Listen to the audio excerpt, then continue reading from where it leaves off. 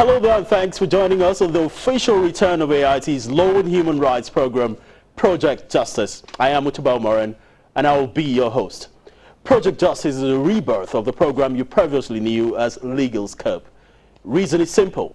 The concept of justice has a universal appeal to all manner of persons, irrespective of their social status in life.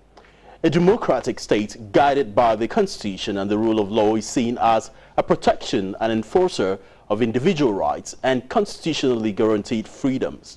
The accountability question is what Project Justice will be exploring. This will cut across judicial accountability, executive actions, legislative and legal frameworks towards ensuring a society governed by democratic principles.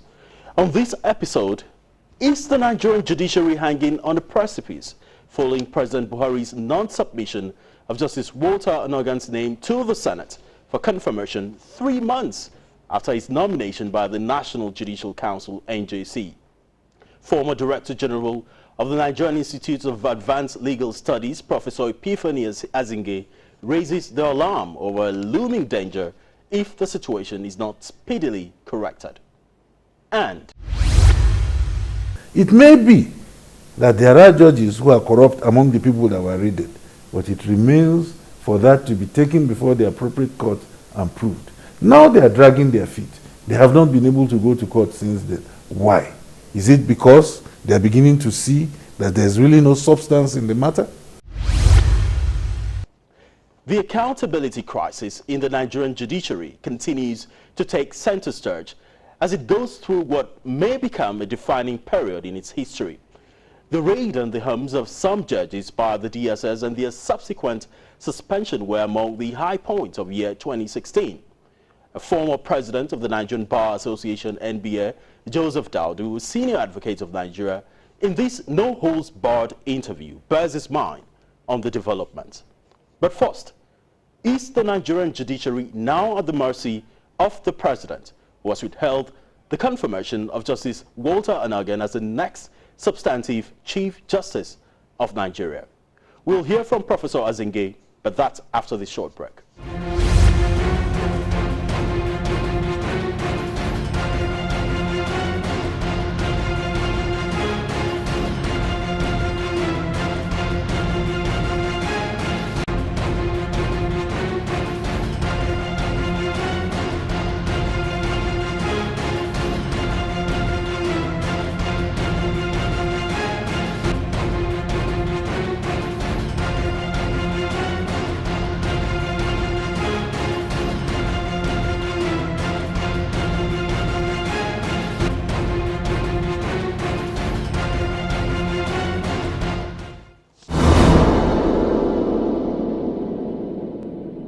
All right, thank you very much, Prof, for granting us this time to speak with you.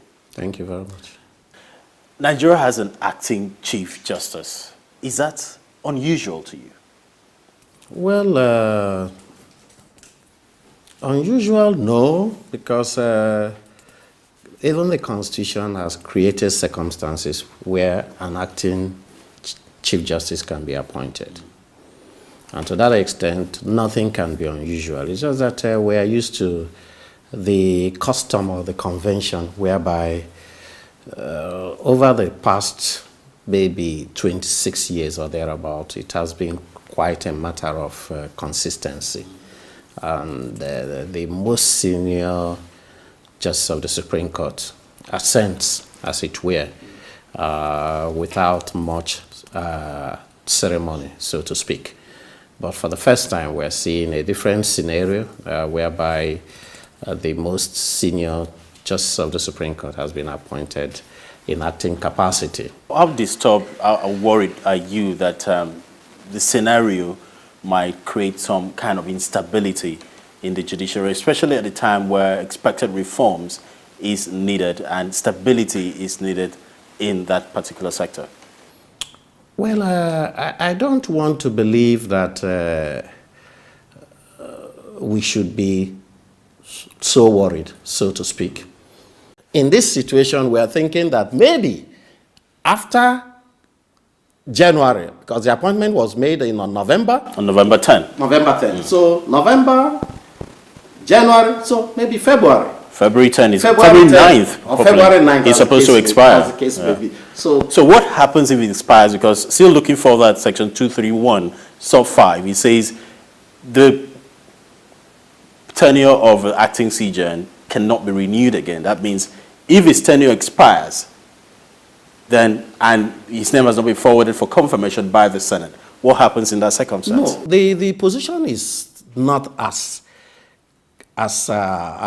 critical as that.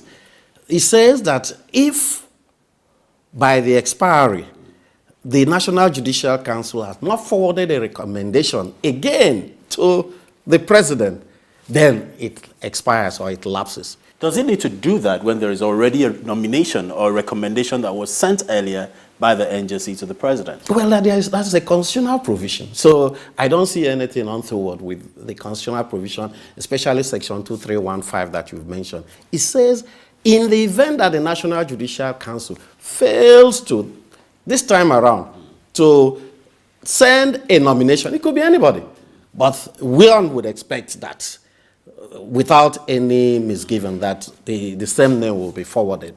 It is only when that name is not forwarded that we have a crisis. Precisely, I was just looking through that section 321 again of the Constitution. I just looked through subsection 5. Clearly says, any person so appointed shall cease to have effect after the expiration of 3 months from the date of such appointment as in acting capacity, and the president shall not reappoint a person whose appointment has lapsed. My thinking is that within that period, would it not be tidier for us to now present him for confirmation in substantive position? In such a case like this, a lot of people will wonder, people are already making conjectures. Could it be that the president has some issues with appointing or sending the name of Justice Onogen, who has been duly nominated for confirmation by the Senate? But in any case, if there were any such misgivings or anything the president feels against the nominee in question, is it not the position of the Senate during the confirmation hearing to make that clear and make that open, and whether to confirm or not to confirm, that is left to their discretion?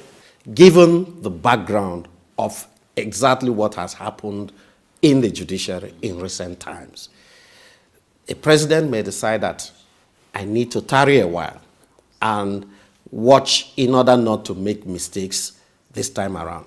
Did the Constitution give the president that discretion, that latitude? Because if it's the role of the NJC to nominate to the president and the president to forward same to the Senate, can the president just on his own decide to withhold forwarding the name to the Senate, whose responsibility is to screen, scrutinize, and declare the person fit or unfit for that office? Inasmuch as we consider it is the responsibility of the NJC and that of the Senate to scrutinize as much as possible. Mark you, there might be a scenario where I haven't done that. The name is returned to the president and the president will refuse to announce. He also can exercise that discretion, because at the end of the day, his presentation of a name to the Senate does not mean an appointment. The Senate can scrutinize and say that we don't have anything against this man. He's fit and proper, more than qualified, eminently qualified. And the president can still tarry and say, I am. That is the time we are likely to have a problem. Is that not indirectly, is that not indirectly undermining the role the Senate would have played in the confirmation process? No. In the appointment process, beg your pardon. The National Judicial Council did not just wake up one morning and forward 3 names. They had ample opportunity to also scrutinize and do all they needed to do. They didn't just do it overnight. So if you submitted in October and I'm to be appointed in November, you are giving the presidency just 1 month to do the dirty job together with the Senate. I don't think the time was good enough. A lot of people will be wondering, do we have that latitude of that time to be going through and waiting for the president to finish whatever clearing he's doing, whatever background investigations the executive agencies are doing on the nominee that has been sent to it? But we've also seen the president forward names of all the nominees for headship of positions, like the EFCC acting chairman. His name was forwarded by the president to the Senate. The Senate, acting based on its constitutional powers, looked through and said, no, we're sending the name back to you. And a lot of people are saying, can't that same scenario play here with the Chief Justice of Nigeria, whose name has been submitted to the president for onward forwarding to the National Assembly? Again, two different scenarios. One, for the EFCC, one name was forwarded to Senate. To Mr. President, 3 names. But the 3-name submission has always been a tradition as well. It has always been the tradition, but not the 3 names will go to Senate. That is the issue now. It's not the 3 names that will go. Only one will go. Which is also by tradition. By tradition, the most senior one. But now we are thinking of a scenario where, and that, let me get it back to, in the Mago case, what was the banana peels? Banana peels, the documentation or documents from the security report. Now, the security report is an arm of the executive, and to that extent, subordinated to the presidency. Politics has been insinuated in all of this as well. Where he comes from, the region he comes from, is part of the entire, scenario playing up in the minds of people. However, the president does in the process of the background investigation and checking, which he seems to be doing, would you totally rule that out as part of the game being played here? Well, at this point in time, I wouldn't link whatever is happening to politics. We are all conscious of the fact that he is from the southern part of Nigeria, and to that extent, people are thinking aloud that it has never happened. Why should it happen now?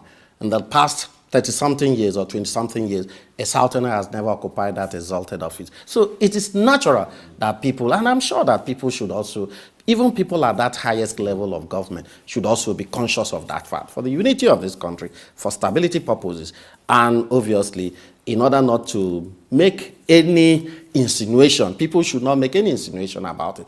But given my own perception of the whole thing, I know that it is a matter of some people not trying to be in a hurry to make any mistake. But as far as I'm concerned, Honorable Justice Onoge is a fit and proper person to ascend that exalted role. And for me, it is just a matter of time. Professor Ozinge, thank you so much for your time. Thank you very much. Well, the prevailing stalemate over the non-appointment of a Chief Justice of Nigeria may be traced back to the events that happened in the twilight of 2015 and early 2016. This special report, first aired exactly 12 months ago, provides a background. The attacks on the Nigerian judiciary have been hard and quite frequent in recent times. It began with a rather innocuous remark by President Muhammadu Buhari on a visit to Ethiopia, where he was quoted as saying that the Nigerian judiciary is his biggest headache. The president's comments came at a time some key decisions in election matters were made by the Supreme Court, incidentally largely against his party's candidate. The context of his statement itself had to do with the long futile months the president spent at election tribunals in the 3 previous occasions he contested. Critics and even some of the president's supporters found the remark incredulous. The judiciary does not take the bull by the horns and deals with contemnors who go about maligning it. Nobody will fight for the judiciary. I think the politicians should be cautioned.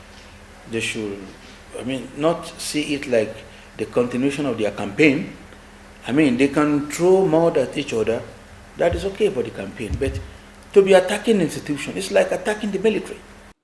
But if the president's comments were to be dismissed as a one-off slip, many have questioned the attitude of his administration and officials towards court orders. With the umbrella body of lawyers in Nigeria, the NBA, which has been unusually quiet, urging adherence to the rule of law. But the attacks have not stopped. Key members of the ruling All Progressives Congress, ostensibly aggrieved by judgment outcomes in Rivers and Akwa Ibom states, have come out to challenge the credibility of the Supreme Court justices. National Chairman of the APC, John Odego Yegun, while receiving members of his party from Rivers State, led by its governorship candidate Dakuku Peterside, was quoted as saying that the judgment was astonishing, adding, "There is something fundamentally wrong with the judiciary." The headlines from other comments have also been far from complimentary, the latest coming from the Rivers State APC governorship candidate Dakuku Peterside, accusing the Supreme Court of delivering a procured judgment. The decision of the Supreme Court on the Rivers State governorship election could not have been a product of justice, rather a product of compromise and an orchestrated contrivance to legalize electoral violence and rigging. The fear by legal observers is that the perverting narrative is a subtle but gradual attempt at blackmailing the justices and strangulating constitutionally guaranteed independence of the judiciary.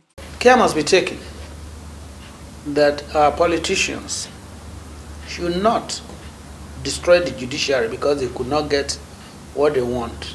That fear appears to have gained some potency with the demands by the APC South-South Executive Committee, published in an editorial in the Nation newspaper of February 10, 2016, asking President Muhammadu Buhari to invoke an investigation and probe of the judiciary.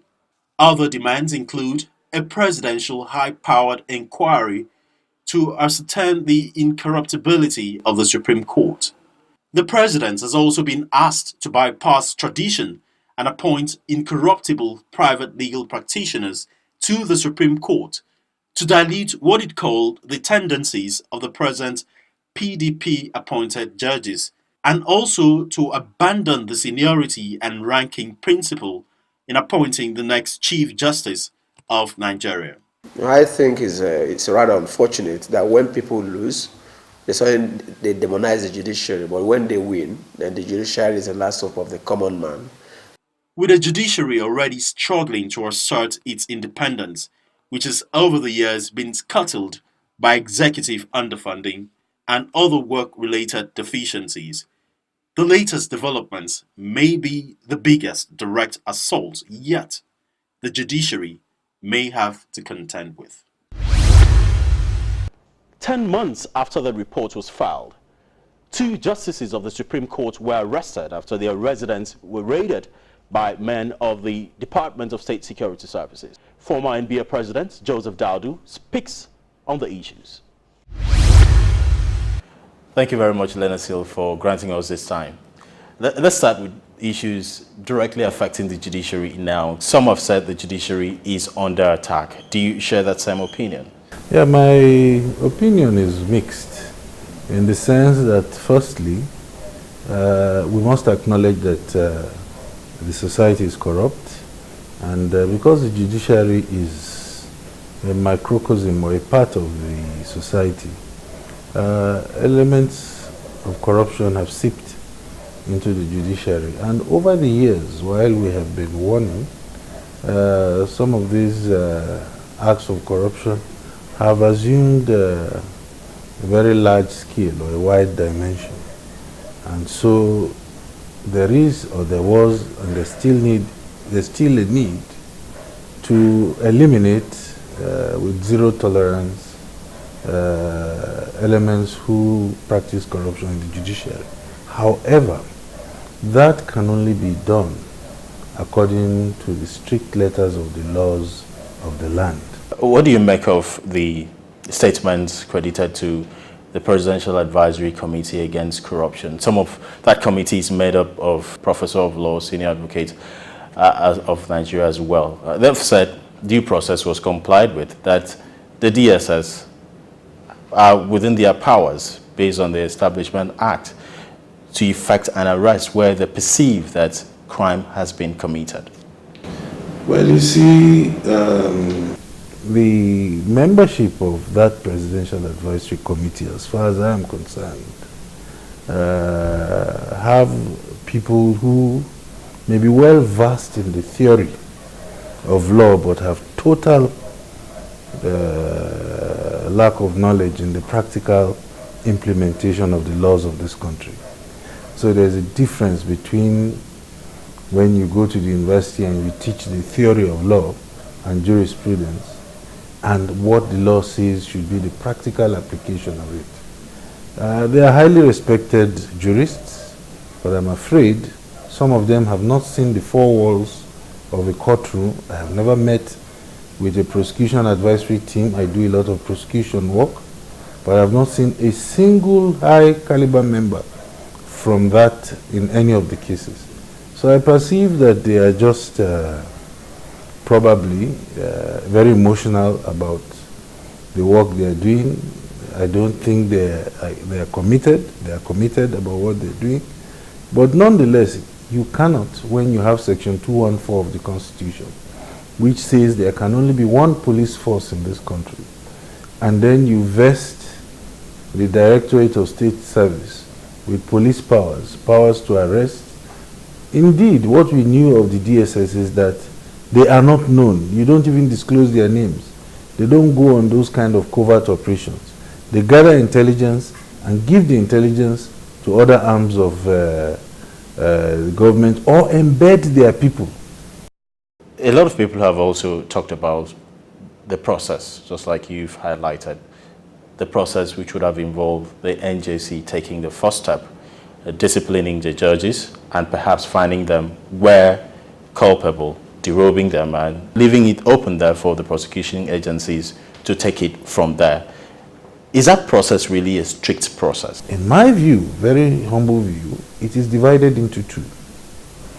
There are complaints which come to the NJC from petitions. A judge has been high-handed. A judge does not sit on time. A judge gives conflicting judgment. A judge is perceived to be corrupt, and he probably is being influenced or teleguided by outside elements. That is the civil administrative realm. Now, where there is a crime being committed and there is a danger of the horse bolting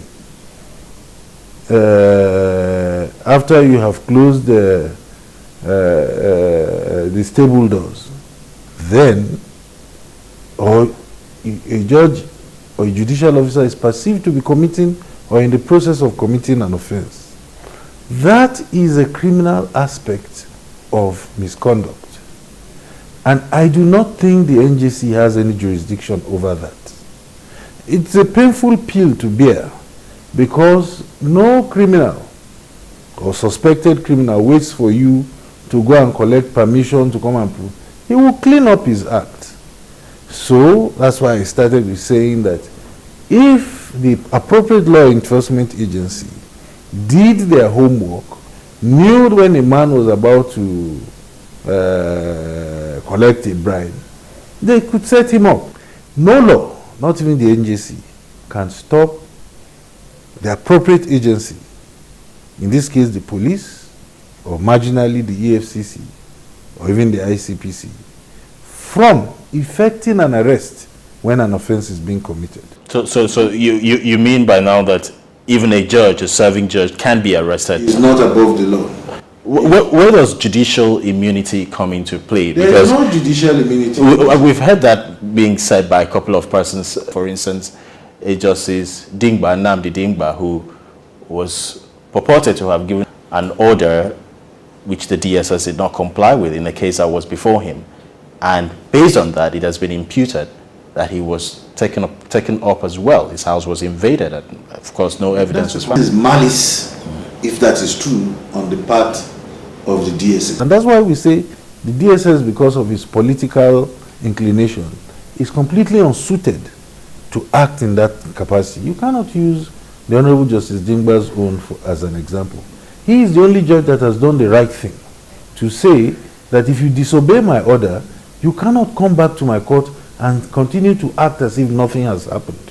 But the malicious steps being taken because people are outspoken, because the judge is straightforward, because the judge doesn't give you an order, then you want to intimidate him under the guise that there is a blanket allegation of corruption against judges.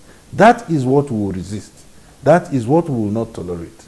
And that is why we have opposed this measure. It may be that there are judges who are corrupt among the people that were raided, but it remains for that to be taken before the appropriate court and proved. Now they are dragging their feet. They have not been able to go to court since then. Why? Is it because they are beginning to see that there's really no substance in the matter? But had they done it according to due process, not one person will say a word. Now, finally, let's look at the NJC itself. A lot of people have talked about if the NJC was up to task and was doing its job diligently, somehow the cases of corruption or the perception of corruption in the judiciary would have been dealt with. But so far, a quick check shows that 2016 alone, I think about 13 judges, judicial officers, have been punished. Let me use that word by the NJC. Yes. Just put it across. How many PAM6, federal PAM6, have been disciplined? Or are they all saints and angels? How many directors in the civil service have been punished for corruption? Why is the attention being diverted only to the judiciary? How many directors in the legislature? Or is money not voted to those places? What is the attraction with the judiciary alone? I think at times the judiciary is just being used as a scapegoat because they know that the judges cannot defend themselves. That is not to say that a large number of them are not corrupt. But you cannot restrict the fight against corruption to mere petitions. That of the judiciary is more painful because you are dealing with an attribute of God, which is justice.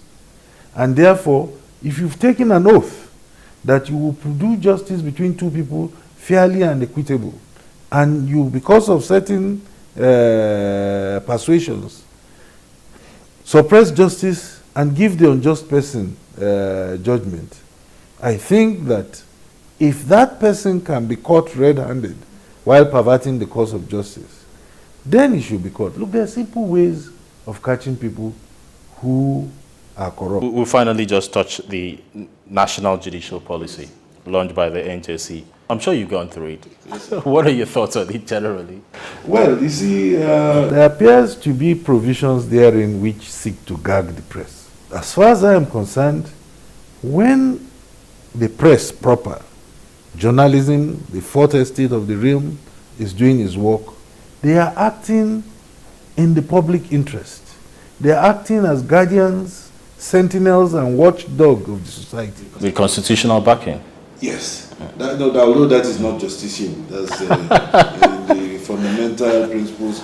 But nonetheless, their role is recognized in the Constitution. And I think that it is beyond or ultra-vires the NJC to seek to say, if there is a leakage, we will not do our work. I think that is ill thought out. Should the proceedings of the NJC too be disclosed? The proceedings of the NJCs are matters of public interest. I see no reason why at the end of the day, the proceedings of the NJC are not given to the parties involved. And it is left to the, because if you give a party involved, you can release it to the press. But I think while the proceedings are going on, there must be some measure of restraint.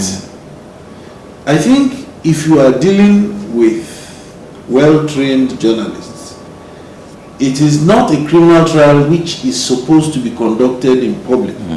The proceedings of the NJC are fact-finding and are conducted in camera and in private.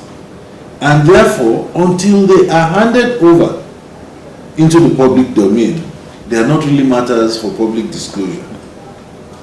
Thank you very much, sir, for your time. It's been a pleasure. Thank you. Well, that's Project Justice for this week. Be sure to follow us on Twitter. The handle is @ProjectJustice. You can also view us on YouTube. On behalf of the entire production crew, thanks for staying with us. I am Utabo Moran.